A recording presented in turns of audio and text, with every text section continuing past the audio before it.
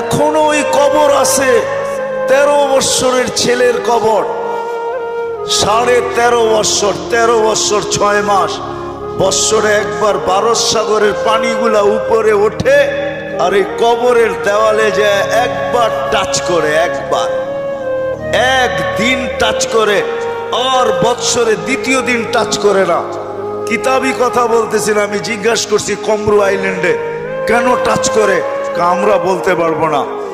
তা আমি বলছি কিতাবি কথা না, আমার বিবেক বলে বৎসরে একবার যখন আসে ভারত মহাসাগর মনে হয় আল্লাহকে বলে, আল্লাহ মদিনা মুনাওয়ারায় যে রওজায়ে আতহারে চুমা খাওয়া আমার পক্ষে সম্ভব না, কিন্তু মুহাম্মদ ইবনে উসমান ইবনে আফফান, উসমান রাদিয়াল্লাহু তাআলা আনহুর ছেলে, নামও মুহাম্মদ, ওই ফ্যামিলির সাথে সংযুক্ত, আমার পদদেশে শুয়ে আছে, একবার অনুমতি দে না বৎসরে এই মুহাম্মদের কবরে চুমা খায়, ওই মুহাম্মদের কবরে চুমা খাওয়ার স্বাদ নিতে চাই।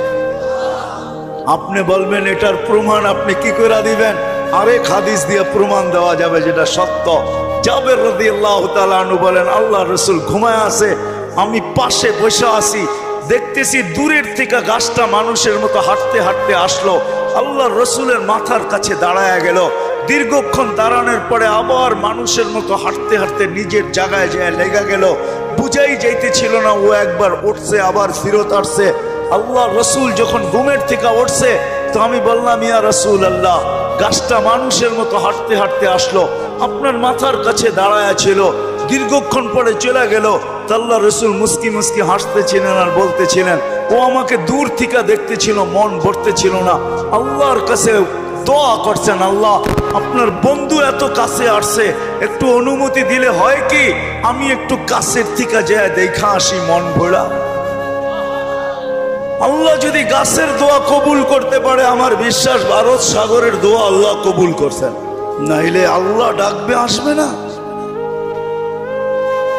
আর শুধু নামাজের জন্য তো ডাকে না, নামাজের জন্য ডাকে না, শত জিনিস দেখানো যায়, শত জিনিস দেওয়ার জন্য ডাকে, শত জিনিস, সবগুলাকে একসাথে বলি, নামাজের জন্য আল্লাহ ডাকেন না। আপনার আমার এই ছোট জীবনটা পূর্ণতা লেখা দেওয়ার জন্য ডাকেন, পূর্ণতা লেখা দেওয়ার জন্য। বলবেন এটা কোত্থেকে বার করলেন? হাদিসে আছে, ইদা সালুহা সালুহা সাইরুল আমাল, নামাজ ওকে, জীবন ওকে। আল্লাহ বলে তোর জীবনটাকে পূর্ণতা লেখা দেওয়ার জন্য তোকে মুসল্লায় ডাকতেছি, নাহলে ডাকার প্রয়োজন ছিল না, তোকে কেন ডাকবো? তুই কে? যা হোক, যেটা বুঝাইতেছিলাম, তৃতীয় স্বাধীনতা দিয়েছেন মত আদর্শগত, চতুর্থ স্বাধীনতা দিয়েছেন সোসাইটিগত। সমর্থ থাকলে দুনিয়ার যেই কোথাও বাস করা যায়, কোনো বাধা বিপত্তি নাই। আপনি বলবেন আমার সমর্থ আছে, আমি আমেরিকা বাস করতে পারবো, দেন না, ওদের ব্যাংকে টাকা জমা, বাড়ির থেকে আইসা নিয়ে যাবে। সত্য এটাই। পঞ্চম স্বাধীনতা আল্লাহ দিছেন, মৌত পর্যন্ত যেমন খুশি তেমন চলতে পারো, বিকেনিও পড়তে পারো, 3 কোয়ার্টারও পড়তে পারো, হাফ কোয়ার্টারও পড়তে পারো, আবার যদি সমাজ মাইনা নেয় তো মার পেটের থেকে যেমন আসছে এমনও পড়তে পারো। নাইলে ইন্দোনেশিয়ার একটা প্রদেশের নাম হইতো না উরিয়ান জায়া, আমি নিজে গিয়ে আসছি এখানে, পাপুয়া গিনির অর্ধেক হলো ইন্দোনেশিয়া, ওইখানে রাজধানী হইল জয়াপুরা, ওই প্রদেশের নাম হইল উরিয়ান জায়া। কি উরিয়ান মানি ল্যাংটা, জায়া মানি জাগা। মানুষ মার পেটের থেকে যেরকম আসে ওরকম কবরে যায়। আল্লাহ বলে কিচ্ছু বলবো না, নাজিরুন কাইফা তা'মালুন, শুধু তাকায় তাকায় দেখতে থাকবো। স্বাধীনতা বেশি দেন নাই, 5টা দিছে। প্রশ্ন যদি করেন বাধ্য করেন না কেন, ইচ্ছা করলে তো বাধ্য করতে পারেন, সমাজ এরকম হবে। তা আল্লাহ বলে না, বাধ্য করব না। এই জন্য কোরআন বলে, লাউ শাআ আল্লাহ লাহাদাকুম জামিয়া, তোমাদেরকে হেদায়েত দিয়া দিতে পারি, সবাইকে চৌরাস্তায় দাঁড় করায় দিতে পারি। হেদায়েত মানি সোজা করে ফেলতে পারি, সোজা, নড়াচড়ার ক্ষমতা থাকবে না তোমাদের, বিলকুল সোজা করব। লাউ শা আল্লাহ লাজালাকুম উম্মাতান ওয়াহিদা, ইচ্ছা করলে এক বানায় দিতে পারি, এক। দুই কোনো শব্দ তোমাদের সমাজে থাকবে না, সব এক থাকবে। পারে? হ্যাঁ, প্রমাণ? আল্লাহ বলে উনজুর ইলাস সামাই ওয়া ইরতিফাইহা, আকাশ দেখ, উচ্চতা দেখ। উনজুর ইলাশ শামসি ওয়া শুআইহা, সূর্য দেখ, কিরণ দেখ। উনজুর ইলাল বিহারি ওয়া আমওয়াজিহা, সমুদ্র দেখ আর তরঙ্গমালা দেখ। উনজুর ইলাল জিবালি ওয়া ইস্তিকরারিহা, পাহাড় দেখ আর দৃঢ়তা দেখ। উনজুর ইলাল আরদি ওয়া ইত্তিসাইহা, জমিন দেখ আর প্রশস্ততা দেখ। আমি যদি বিজ্ঞান দিয়া বুঝাইতে চাই, দুনিয়ার বিজ্ঞান বলে সূর্যের পিছে নাকি জমিনটা দৌড়াইতে থাকে ৬৬,০০০ মাইল পার ঘন্টায়। কত কত? আর করতে থাকে পার ঘন্টায় ১,০০০ মাইল। এই জন্য আমাদের দিন রাত ২৪ ঘন্টা, পার ঘন্টায় ১,০০০ মাইল। ২৪ ঘন্টায় একবার প্রদক্ষিণ হয় ঘুরা, যার কারণে ২৪ ঘন্টায় দিন রাত। আচ্ছা, যেটা ঘন্টায় ১,০০০ মাইল গতিতে চলে, ওটার উপরে বসে আছেন, তো বসে আছেন কি করে? আমাকে যুক্তি দিয়া বুঝান না, বসে আছেন কি করে? ২০০ মাইল ব্যাগে চললেই তো উড়া যায়, ঠিক না? ১,০০০ মাইল ব্যাগে এটা চাক্কির মতো ঘুরতেছে। ৬৬,০০০ মাইল ঘন্টায় গতিতে এটা ছুটতেছে, দৌড়াইতেছে। আপনি বসে আছেন কি করে? বাসগুলা চলে কি করে? বিল্ডিং গুলা দাঁড়ায় আছে কি করে? আল্লাহ বলে বাধ্য করছি, ওয়াজআলনাল আরদা কারারা, আমি মানুষের শান্তির জায়গা জমিনকে নির্ধারণ করছি। জমিনকে বলছি তুই ছোট ছোট, তাতে কিছু আসে যায় না। তুই ঘোর ঘোর, তাতে কিছু আসে যায় না। খবরদার যদি কারো গায়ে বাতাস লাগলো, আল্লাহ বলে বাধ্য করছি, তোকেও বাধ্য করতে পারি। বিদায় আসেন, শেষ জায়গায় চলে আসছি, আর বাড়ানো যাবে না। আমার পরেও আছে 11টার উপরে বাজতে চলছে, 11:15। আর মাগরিবের পরের থেকে যারা শুনাইছেন, এদের পরে আমার এই ভাঙ্গা ডোলের আওয়াজ শোনানো কোনো প্রয়োজন ছিল না বলে আমি মনে করি। কিন্তু শেষ জায়গায় চলে আসছি আমি। 100 বছর পূর্বে যারা ছিল ওরা আজকে নাই, 100 বছর পরে আমরা থাকবো না। যিনি নিয়ে আসছেন উনিই নিয়ে যাবেন, বাইপাস হওয়ার কোনো সুযোগ নাই। বেশি দিন এইখানে থাকবো না, চলে যাব। কিন্তু আসেন, যেই মানুষটা সৃষ্টির ভিতরে সর্বদিকে সেরা, যার কোনো জুরি নাই, তুলনা নাই। যদি তুলনা থাকতো তাহলে আল্লাহ ফেরেশতাদেরকে ওভারটেক করে আমাদের মাথায় শ্রেষ্ঠত্বের মুকুট পড়াইতেন না।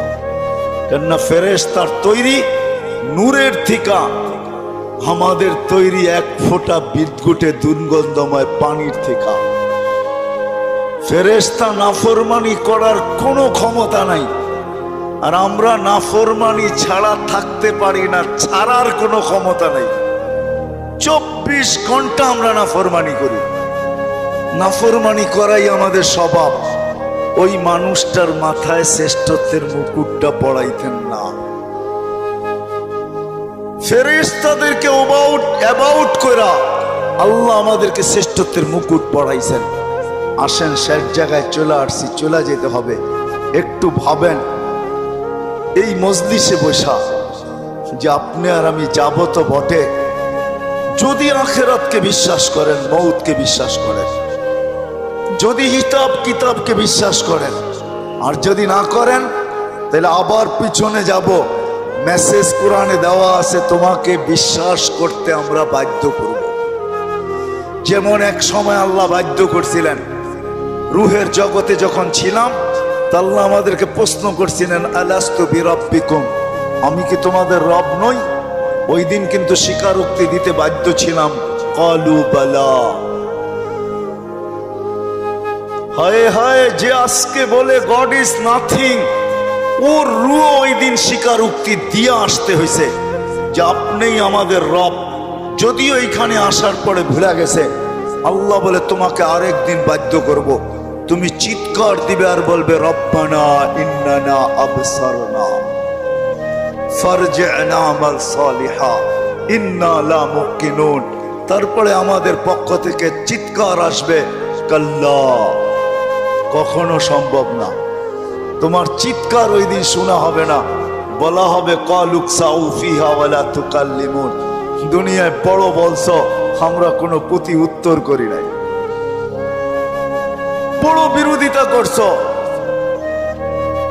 ও ঢাকার মানুষ 24 ঘন্টা কাঠটা ভোগ করেন, কতটুক ভোগ করেন আর কতটুক আল্লাহকে দিই। এই জন্যই যে বিশ্বাস করে আমাকে মরতে হবে, কবরে যেতে হবে। আখেরাত নামের একটা জিনিস আছে, হিসাব কিতাবের সম্মুখীন হইতে হবে। তার বিবেকের কাছে আমার প্রশ্ন যে তুমি ওই দিনের জন্য কতটুক প্রস্তুত, যেই দিনটা সত্য, যালিকাল ইয়াউমুল হক, কতটুক প্রস্তুত? আমি প্রত্যেক শ্রেণীর মানুষকে জিজ্ঞেস করব, তুমি কতটুকু প্রস্তুত? যুবক, তুমি যৌবন নিয়ে কতটুকু প্রস্তুত? নারী নারীত্ব নিয়ে কতটুকু প্রস্তুত? পুরুষ পুরুষত্ব নিয়ে কতটুকু প্রস্তুত? যে যেই ক্ষেত্রে আছে ওই ক্ষেত্রে থেকে কতটুকু প্রস্তুত? যেই যেই পজিশনে আছে এই পজিশনে থেকে কতটুকু প্রস্তুত? কতটুকু আপনি আর আমি প্রস্তুত? যদিও সূর্য প্রতিদিন আমাদেরকে বলতে বলতে ওঠে, আনা ইয়াউমুন জাদীদ, আমি নতুন দিন, আলা আমালিকা শাহিদ, তোমার কর্মের উপরে আমি সাক্ষী।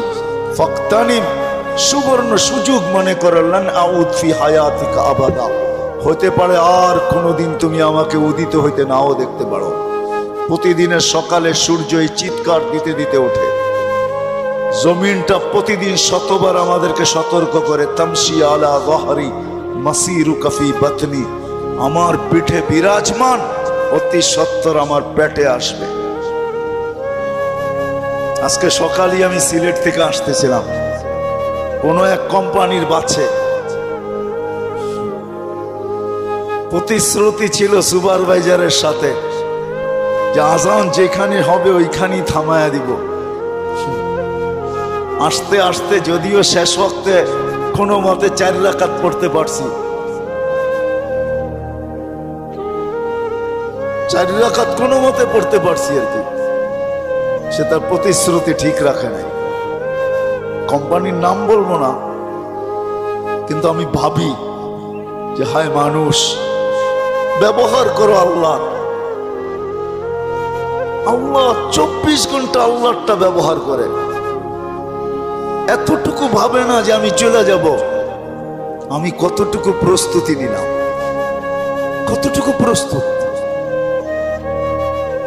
বেশি তো চান না, 24 ঘন্টা 1 ঘন্টা চান, বেশি তো চান নাই। বেশি চাইছেন? 32 রাকাত নামাজ পড়তে কতক্ষণ লাগে? 1 ঘন্টা, পার রাকাত 2 মিনিট, 64 মিনিট লাগে। 1 ঘন্টা 4 মিনিট। সারা বৎসরে তো বেশি চান নাই, 12 মাসে একটা মাস চাইছেন। রোজা বেশি তো চান নাই, শতকরা 2.5% চাইছেন, বেশি তো চান নাই। জীবনে একবার হজ চাইছেন, বেশি তো চান নাই। হুকুম আহকাম তো বেশি না। বিদায় আসেন, আমি কথার শেষ জায়গায় চলে আসছি। আসেন আজকে এই মাহফিল থেকে ভাবি যে যেই কোনো মুহূর্তে আমি চলে যেতে পারি। আমার সমাজের মানুষগুলা ভাবা উচিত,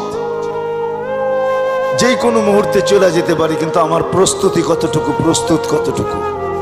কোরআন তো আমাকে মেসেজ দিয়া রাখছে, লা তুসআলুন্না আনিন নাঈম। শোনো শোনো, যা কিছু দিছি, হায় আপনি চোখ দিয়া দেখেন, ছোট একটা চোখ দেখেন, আপনি ভাবেন আমার চোখটা ছোট, এটা দিয়ে তো দেখি, ঠিক না? এই ছোট চোখে 13 কোটি করে 26 কোটি ক্যামেরা ফিট করা আছে।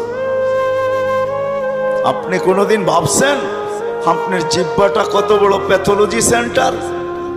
দুনিয়ার কোন প্যাথোলজিক্যাল মেডিসিন শুধু 2-1টা মেশিন ছাড়া, ডায়াবেটিসের মেশিনে দেওয়ার লগ লগ বইলা দেয় কত আছে, আর জ্বর মাপার মেশিনটা এখন বইলা দেয়।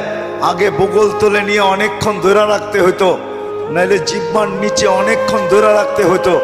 এখন একটু উন্নতি করছে, এখন ধৈরা বইলা দেয় কতটুকু আপনার তাপমাত্রা আছে। এরকম কোন দ্রুত মেশিন আছে জিহ্বা টাচ করবে আর বইলা দিবে? জিহ্বা তো টাচ করতে দেরি, বলতে দেরি করে না। বলতে দেরি করে নাকি? হ্যাঁ,